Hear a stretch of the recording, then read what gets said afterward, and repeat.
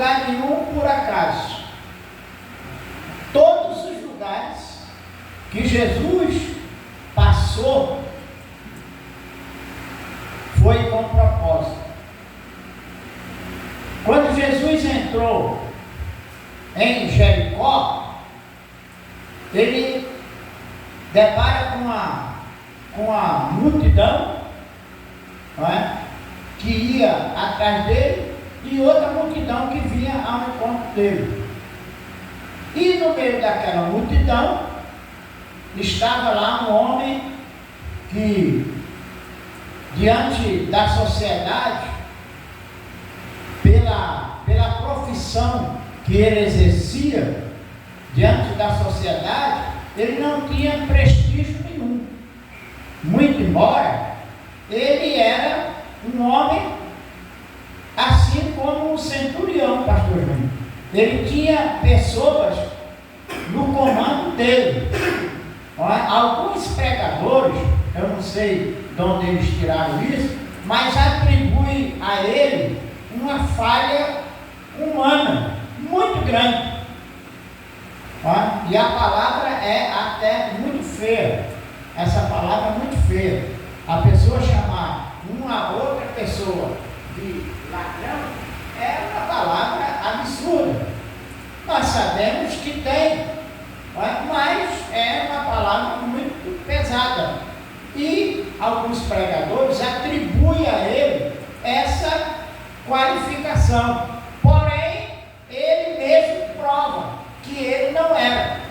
Quando ele tem um encontro de verdade com Jesus, ele disse para Jesus e para os que estavam em volta dele, o certo alguém ouviu, quando ele disse: Senhor, se eu tenho defraudado alguém, eu quero restituir 4 vezes mais.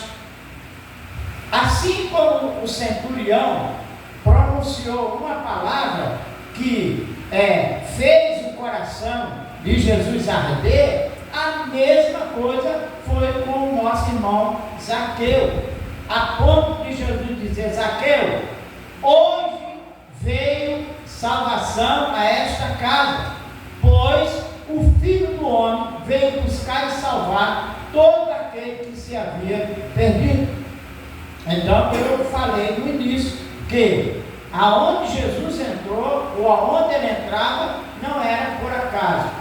Alguma coisa ia acontecer. E essa entrada dele em Jericó foi para a salvação de um homem que diante da sociedade não tinha prestígio nenhum. E o que nos chama mais atenção é que quando Jesus chegou debaixo da figueira, ele não precisou de alguém apontar para ele ou dizer para ele, nem mesmo o nome. Mas Jesus olha para cima e diz: Zaqueu, desce depressa, porque hoje me convém pousar na tua casa. Zaqueu, o seu coração, ele já ardia por conhecer o Senhor. A mesma coisa é no nosso meio. Quando o nosso coração arde pela presença do Senhor, aí se cumpre o que o apóstolo Paulo ele escreveu em uma das suas 13 cartas.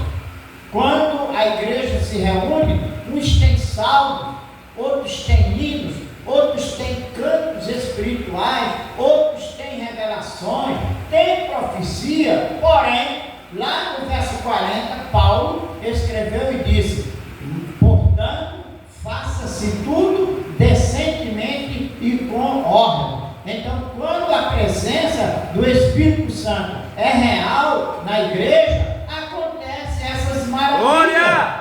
Acontece essas maravilhas. Você, quando pensa que não, você está glorificando o nome do Senhor. Você está exaltando o nome do Senhor. Até mesmo porque as palavras que nós pronunciamos, elas são espírito e vida. E o texto aos Hebreus, capítulo 4, verso 12, o texto diz que esta palavra, ela é vida. Então, se esta palavra é vida, quando se prega esta palavra, ela vai trazer um ardor